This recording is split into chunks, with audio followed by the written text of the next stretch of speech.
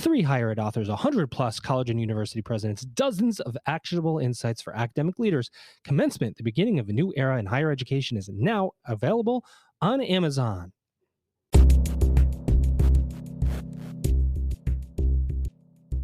Welcome back, everybody. It's your time to EdUp on the EdUp Experience podcast, where we make education your business. Yes, I can say that in my sleep. Dr. Joe Salusto here with you again on another episode of EdUp as we march towards now 650 episodes and 300,000 downloads of this podcast every single day, podcasting at lunch. Yes, that's what I do every day at lunch. You ask, how do I do this? Somebody asked me this morning, how do you have the time? I eat while podcasting. That is the secret to the EdUp Experience. I eat while podcasting. Elvin Freitas, the amazing co-founder of this podcast, edits late night in his apartment in New York City when his kids and wife are sleeping, and he heads into the bathroom, and that's where he does all the editing. Professional organization here, ladies and gentlemen. That's what we do. One thing we do very well, I have to say, maybe a little pat on the back for me and for Elvin, is we like to bring amazing people to the microphone. And I think we've proven that we can do that. That's one thing we do well. The podcasting part, I don't know, at least on my end, I make a lot of mistakes. So what are you going to do? But I've brought someone to the microphone today as my co-host. I've been trying to get her. It's like, you can come co-host, and she responds to me sometimes. And then other times she doesn't respond to me. She's like, I'm running a multi-billion-dollar enterprise over here. Really? I mean, you want me to podcast? No, she's so great. And I had the distinct honor of being, and Elvin and I, both of us being at the most recent iteration of eLive in New Orleans this past March. And I've gotten her to the microphone now as a co-host for the first time after being a 3-time guest. She is Laura Ibsen. She is the CEO of Ellucian. Laura, welcome back. Thanks, well, I should Joe. say welcome to the Great microphone for the first time on the other side. Absolutely. It's going to be fun. I know it's going to be fun. You don't make any mistakes. I've heard your keynotes before. There isn't even an or an on in there. So you're going to have to get used to me making mistakes. You can be the shining star. We all make mistakes. That's part of learning. There's a culture of learning is iterating and knowing when you need to learn more. Thank you for making me feel better about myself, Laura. I appreciate that. I'm going to make mistakes, but I'm not going to make a mistake when I introduce my guest today. In fact, I know his institution well, and I have stories behind why. And I'm going to tell them here. Here he is. He is Dr. Raymond Crossman. He is president at Adler University. Ray, what's going on? Welcome to the mic. Thank you, sir. Really super happy to be here with you and Laura. We're happy to have you. And we always start these episodes out assuming that somebody has not heard of Adler University.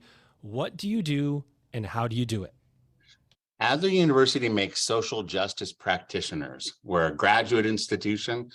We have 3 campuses, one in Chicago, Vancouver, so 2 downtown urban campuses, and an online campus, because that's the future of higher ed. We're a graduate institution that makes like psychologists, public policy leaders, organizational consultants. And when we make a psychologist, we make somebody who's critiquing psychology, talking about who psychology doesn't normally work for, to make sure that they can work with populations who've been overlooked.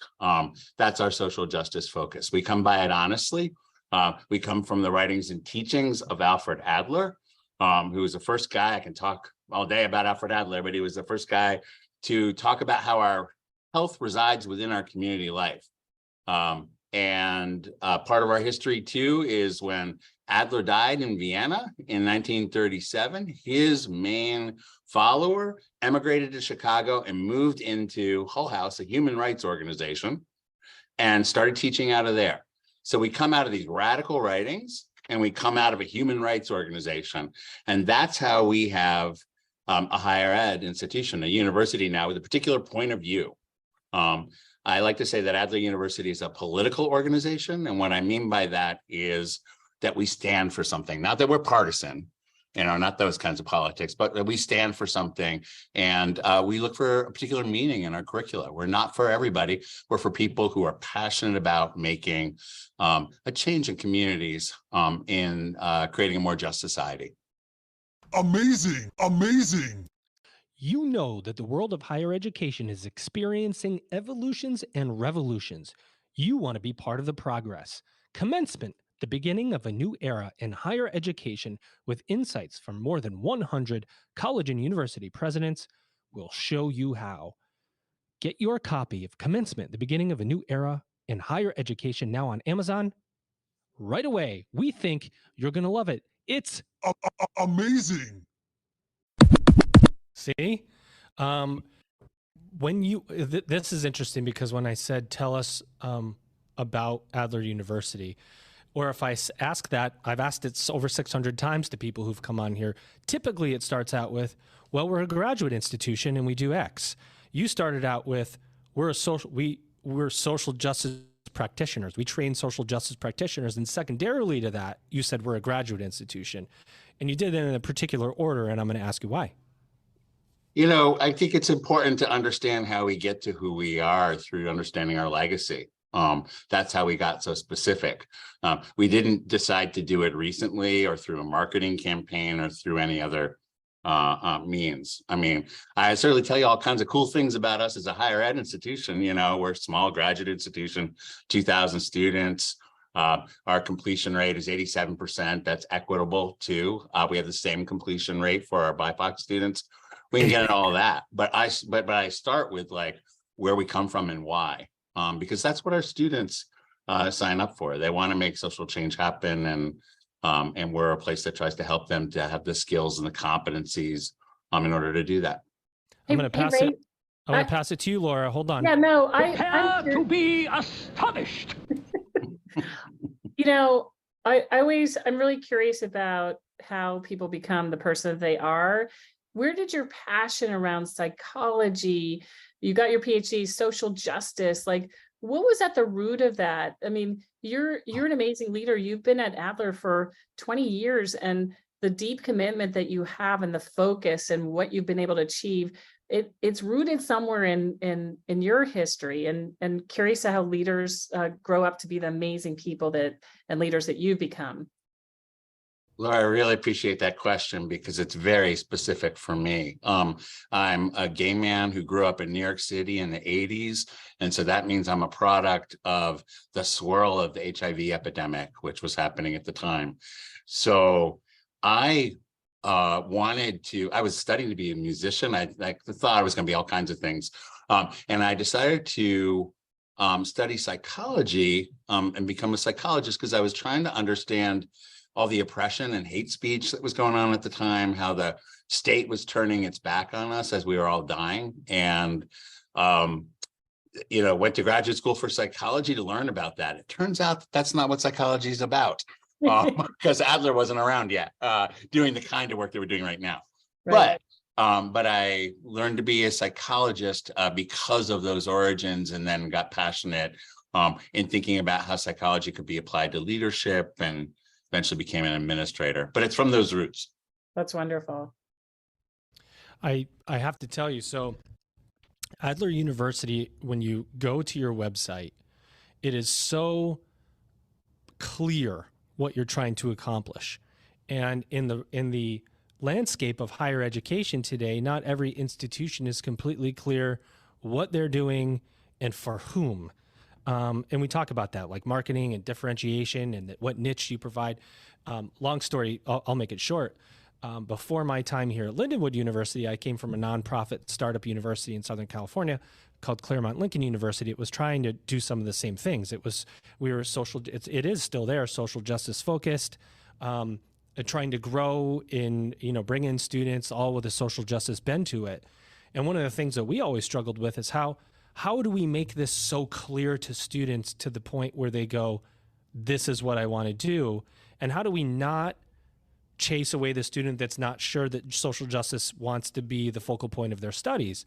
And the answer was always, you kind of got to pick a lane. You can't do both. And you guys have really said, this is the lane, this is the differentiation. How does it work for you? And is it that's like three questions in a row, but is it the student coming in going, I want a socially justice focused education?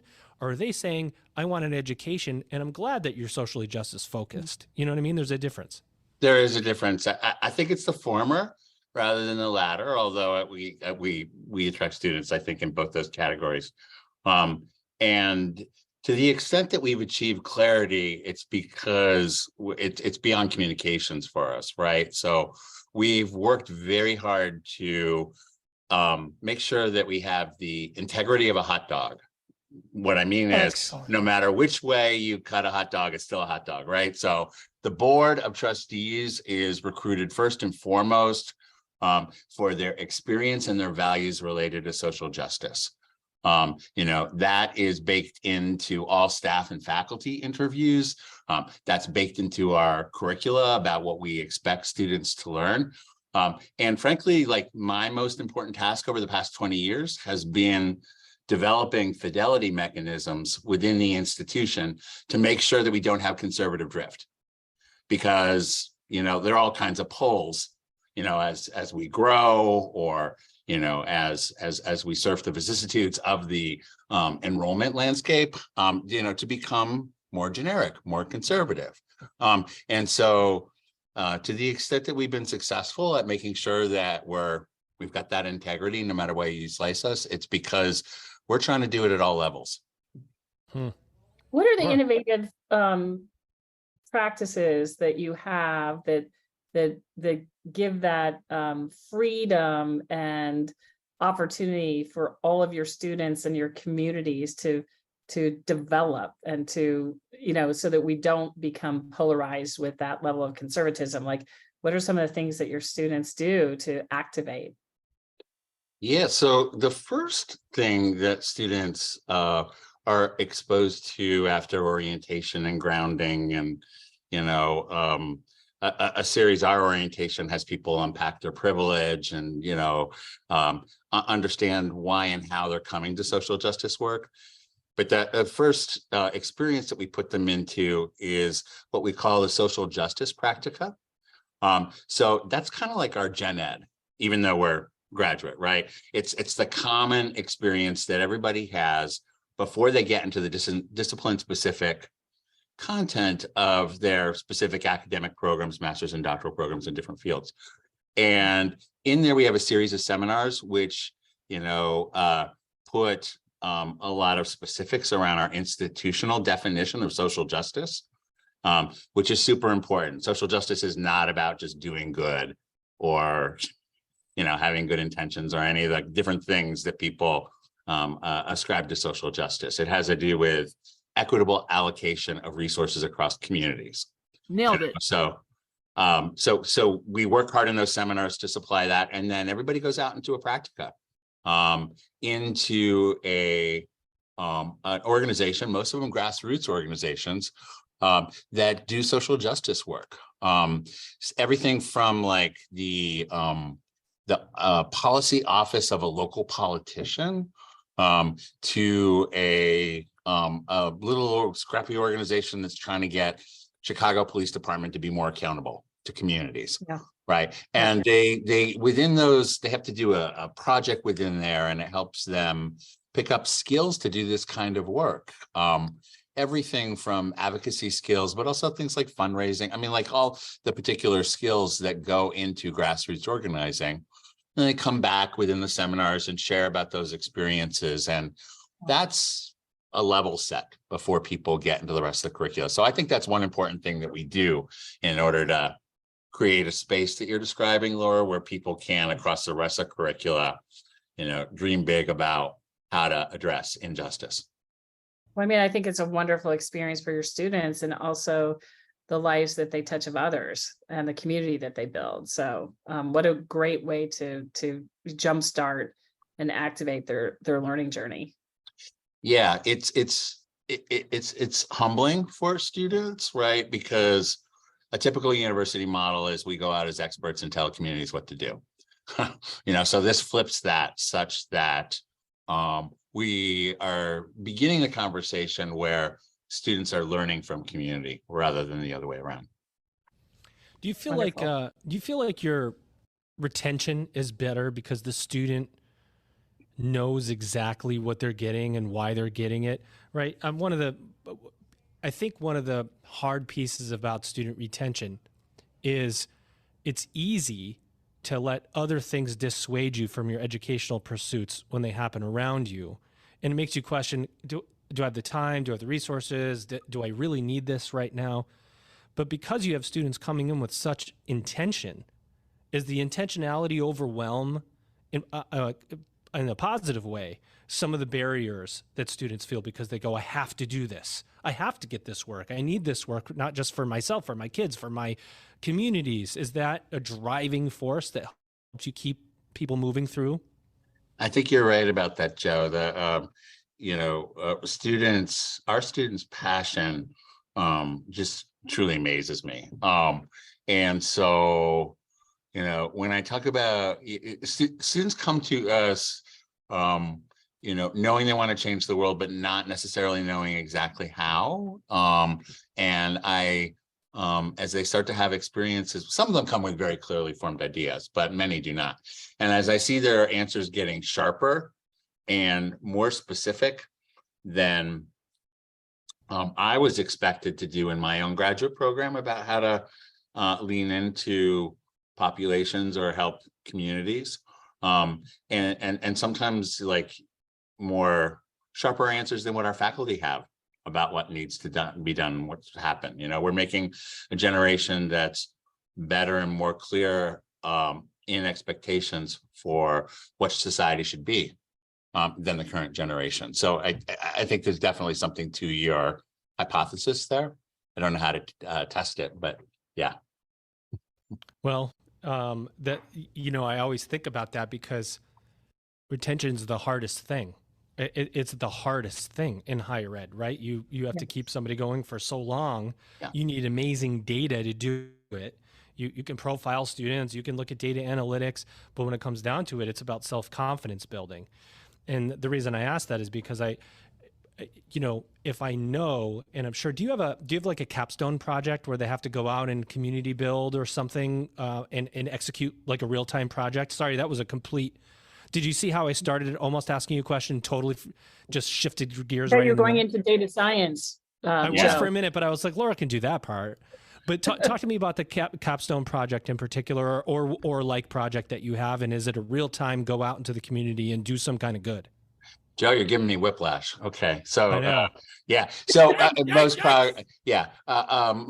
of our programs, if not all of our programs, have have capstones that have like a qualifying exam baked in them, as well as a community-based project, a final practica. The online programs have specific capstone projects because that's a best practice, especially for online programs. But yes, I think your question was whether or not they exist, and I think it helps almost like the landing.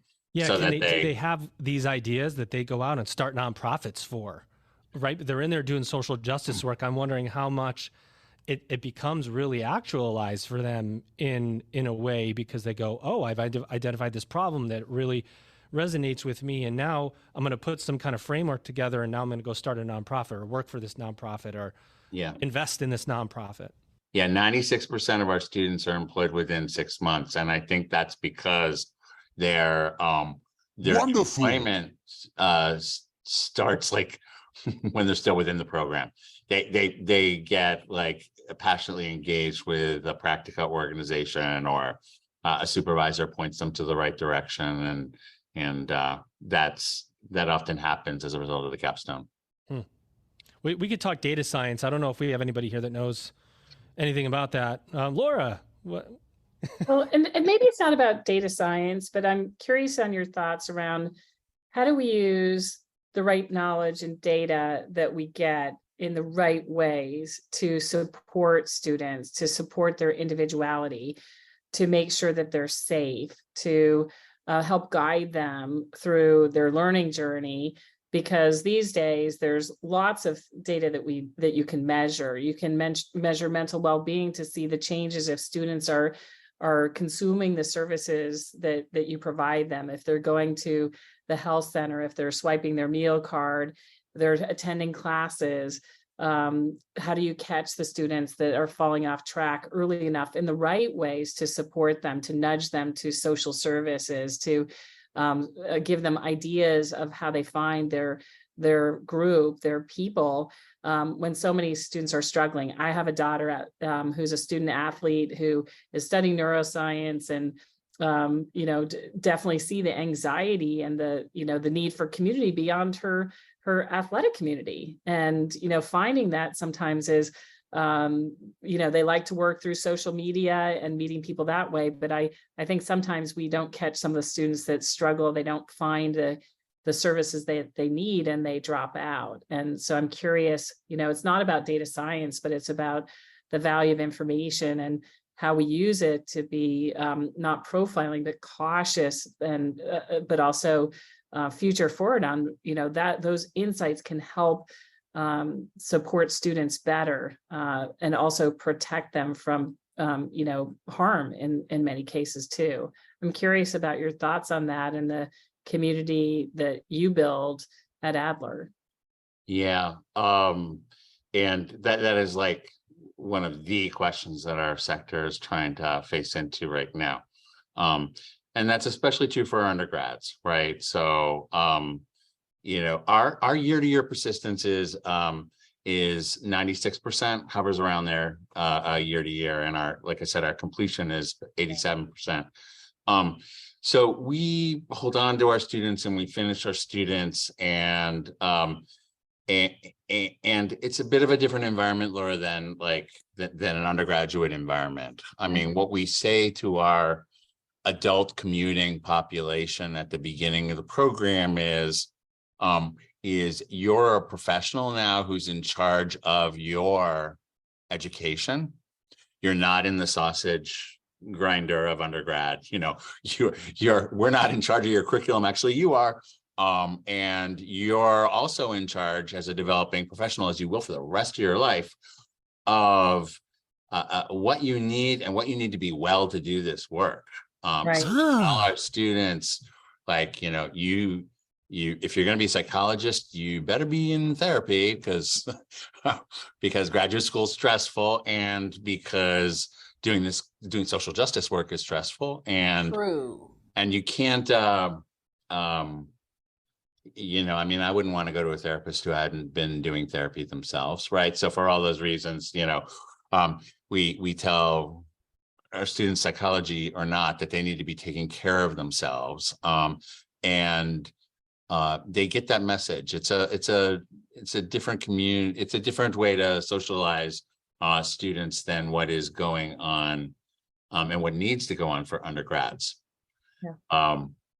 Although I will say that graduate students across the pandemic have been very clear that they have more needs than ever, and that they want us to line up services for them in a way that we weren't doing before the pandemic. So we've increased mental health resources that are available to our, again, commuting campus. We thought about different kinds of wellness programs and common hours and seminars to give students. But we don't have the same kind of data that you're increasingly seeing being collected for undergrads on our campus. And maybe just a tie-in question, that 70%, some of the studies I read of students are saying that they suffer from either depression or anxiety. What are the types of things you think we could be doing better to address overall mental health? You said on many boards, you've spoke on these topics, but what can we do? Most presidents are saying it's a crisis. You see IPED's data showing more funding's going into it. There's not a silver bullet, but what should we be doing to help these students that are really suffering, and more of when we went through COVID, the underserved communities, Black and Brown students are suffering more. They were left behind. The queer community, it just feels like things are getting tougher for students that things were already tough for.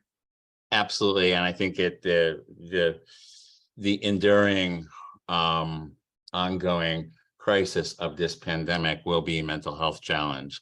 I do think it's a positive thing that that these conversations are happening, that recognition is happening for the need for health and wellness, not just physically, but mentally, We just had the Surgeon General of the United States visiting our campus, looking at some initiatives that we're doing around this out in communities in Chicago with our partners.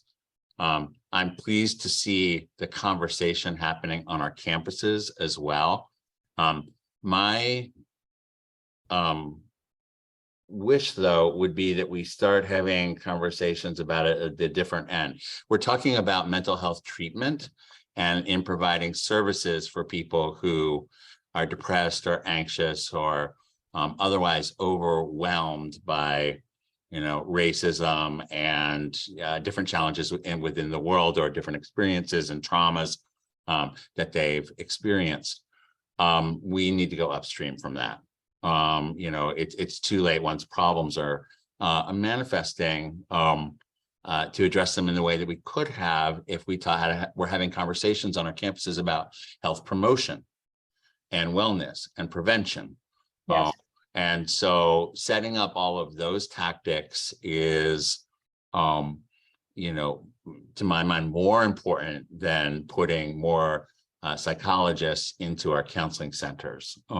So That may not scale, right? Like how many counselors and how does that scale? And, some Nailed it. students have come to school with their therapists. And one of the big challenges, they might be in one state going to school and their psychologist or therapist is in another state. Yep. During COVID, there was a little bit of give there, but there's still regulatory issues that are interstate where Congress was looking at legislation to allow for online therapy, but you still have issues that can't be resolved, mostly on the insurance front and liability. So I worry that these students that had relationships starting in their early years can't continue the journey with the therapist of their choice. What the heck is going on? Yeah. So we're working with a number of our partners to set up things that I think the campuses should be, that are taking care of our young folks at the end of the day, should be doing, mindful Mondays, wellness Wednesdays, coming up with tactics beyond psychotherapy. I mean, and I'm saying this as a psychologist, that promote wellness, meditation. I mean, the purchase of an app to make meditation available for everybody on campus is a wonderful investment. Yeah. Mhm. So things like that, staging conversations for the young people that we serve about the things that they feel like are making them unwell as it's happening instead of after it happens. I have to be honest, one thing that Laura stole my last question I was going to ask, and it wasn't as good. I got to be honest. Hers was much better, but... May I do the thinking, please? I'm going to ask a new one, and it's about societal issue and enrollment fluctuation. And I'm really curious to know if you see enrollment fluctuation based on happenings in society, mostly negative, right? It's not like somebody goes, oh, wow, those two people really worked out their differences and congratulations, everybody. And then you see, it's typically when something bad is happening and people go, how do I solve these issues? I got to go to school. I want to start a nonprofit. How do I do that? Are you seeing ups and downs? Maybe are you seeing spikes when we have those breakdowns in society that, I don't know, prompt somebody to think about how to get involved? Yeah, I mean, I do think, wow, I mean, do you have another hour? So I do think that the interest in Adler University, which has been strong, we've doubled our enrollment over the past decade. Oh, yeah. And definitely, that the need to solve problems has made people want to come and study at Adler. I think overall for higher ed right now, the challenge, which I think you're alluding to, is national and international uncertainty makes people less likely to invest in themselves for education. This terrible questioning of the basic value of higher ed, which has become part of the political narrative, is super unhelpful and not a match to the data. and does make young Nailed people it. think twice before enrolling in undergrad or enrolling in graduate school. It doesn't help now too that the labor market is so hot, so people will make a short-term decision to get a job. I just do believe, though, as we get a little bit further from the pandemic, that wisdom will win the day here, in that we can't afford as a country to be less engaged, less smart, less democratic. And we have to keep investing in ourselves as people in order to know how to participate in that democracy and to help restore trust that's been fading in our basic institutions. And you've seen the Edelman Trust Barometer just tanking, and that's because we just do have to solve these problems about how to fix institutions that people don't believe in anymore. 100%. Laura, over back to you. Well, listen, we had our user event that Joe talked about, Lucian Live in New Orleans. And one of the things that I was really proud of is we brought the LGBTQ community together around your book, Leadership in Higher Education. And it was fantastic. It was a packed room. We had Dr. Whitney there, Dr. Hal Dobler, and from President Emerita from Clarion University, and Dr. Hal Dobler from William Patterson University. And I wanted to raise that, number one, to congratulate you on your book, and to promote that, because I think more leaders need to read this. It's about community building. And two, to ask about the importance of diverse leadership, not just at the top of a university, but across institutions, to make sure that students see the leaders that look like them and that are like them. And too many of our institutions don't have that diversity. So more broadly, I'd love to get your thoughts about the importance of diverse leadership across higher education, what needs to change, and what we can all do about it. Wow, thank you for the question, Laura, and plug the book, Ray. Raising the book. Plug your book. Thank you. So the book has just been, it's been so gratifying to see the reaction around the book. So the book is LGBTQ Leadership in Higher Ed, is the first book about this subject in higher ed. And in there, so we brought together 15 presidents and chancellors, some retired, some currently serving, to address the question of, is there something particular about how queer people lead? Is it a superpower? Or is it just another characteristic of accomplished leaders? Or is it just something we manage within our intersectionality, right? And our authors have different perspectives on that. And it's interesting to me because I think that the literature is much more developed about how women lead or how people of color lead, but we're less likely to say, hey, there's a queer way to lead, or it's a function of my queerness, than those other marginalized groups. I wonder if that's our own internalized heterosexism, but I think it's a superpower, and it's an important superpower. To answer your question about the importance of diversity in leadership, especially in higher ed, is whether or not you're talking about bringing more women, which we don't have enough of. I mean, women, men to women in college presidencies is still 2-to-1. We just got the new study about that this past weekend. Only 28% of presidents are people of color, and only 7% of presidents are LGBTQ.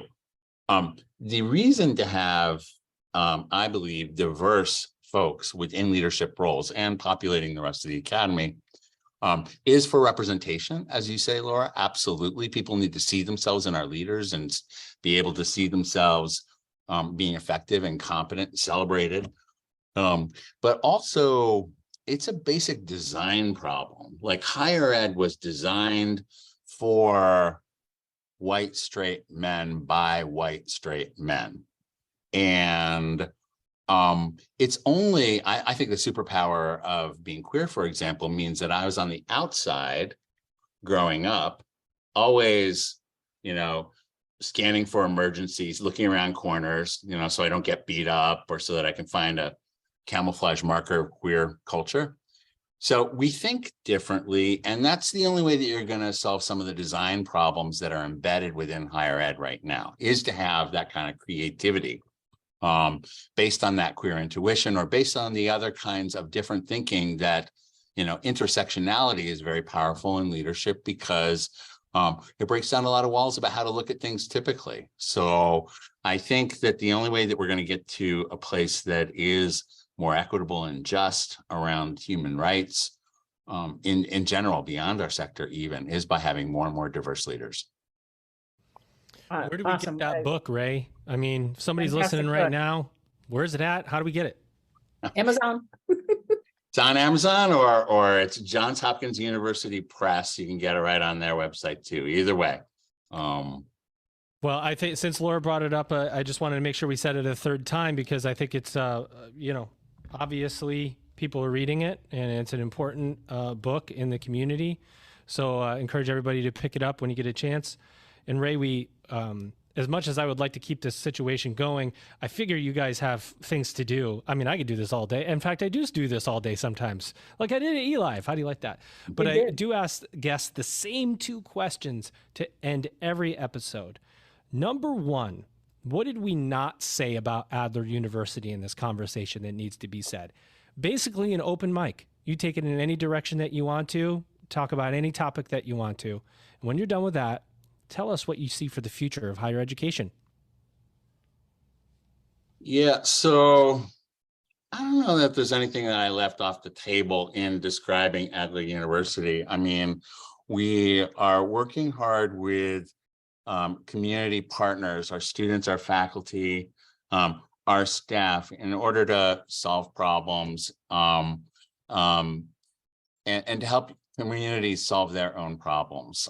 We're trying to bust the way that universities have typically interacted with communities. And I think that's as important an innovation as our curricula being so straight up focused on social justice.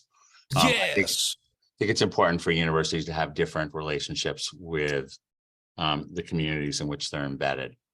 The wisdom lies within Chicago and within Vancouver, two cities that we're in, to get better. The future of higher ed needs to be and will be, I think, getting further and further away from what we're currently doing. I mean, our business model is pressed to its limits. And public confidence is falling short. And I think the positive side of that is that it's forcing us to think more innovatively, as a sector, as I think we were trying to do at the American Council on Education conference that I just was at, or the conference that Laura's at right now. It's time for some different solutions that work more equitably. Wow. Well, I will tell you, Laura, I don't know what you think about this conversation, but I loved it. No, I loved it too. Change, inclusivity, be innovative, make sure that we have better outcomes for students. And it's just wonderful to see that with your leadership and institutions like Adler University having an impact in communities and changing lives. So I really enjoyed the conversation. This is fantastic. Thank you. Thank you, Jay. There is our guest co-host, your guest co-host. She's Laura Ibsen. She is CEO of the Lucian, and she took a break walking from session to session to sit down and co-host with me today. Laura, thank you. No, thank you. And thanks to Ray. And our guest, you heard him. There he is. He's your guest today. He is Dr. Raymond Crossman. He's the president at Adler University. Ray, how did you feel about your time here on the EdUp Experience podcast? Well, the sound effects are blowing my non-existent hair off my head. Your viewers can't see that I'm bald. Now! I really appreciated the questions and the orientation that y'all are coming from, because I think that I could tell by how you're asking your questions and what you're interested in, that you're as interested in innovation as we are. So appreciate the opportunity to be here today and talking to you and talking to your listeners. Well, there you have it, ladies and gentlemen. Yet again, you've just EdUp'd. It's time to Level up. The beginning of a new era in higher education begins with you. Order your copy of Commencement, The Beginning of a New Era in Higher Education by Kate Colbert, Dr. Joe Salustio, with contributions by Elvin Freitas. It's higher education's must-read book of 2022. Discover how you can seize the moment to change higher education forever. Commencement, The Beginning of a New Era in Higher Education, now available on Amazon. For bulk orders, contact Kate, Joe, or Elvin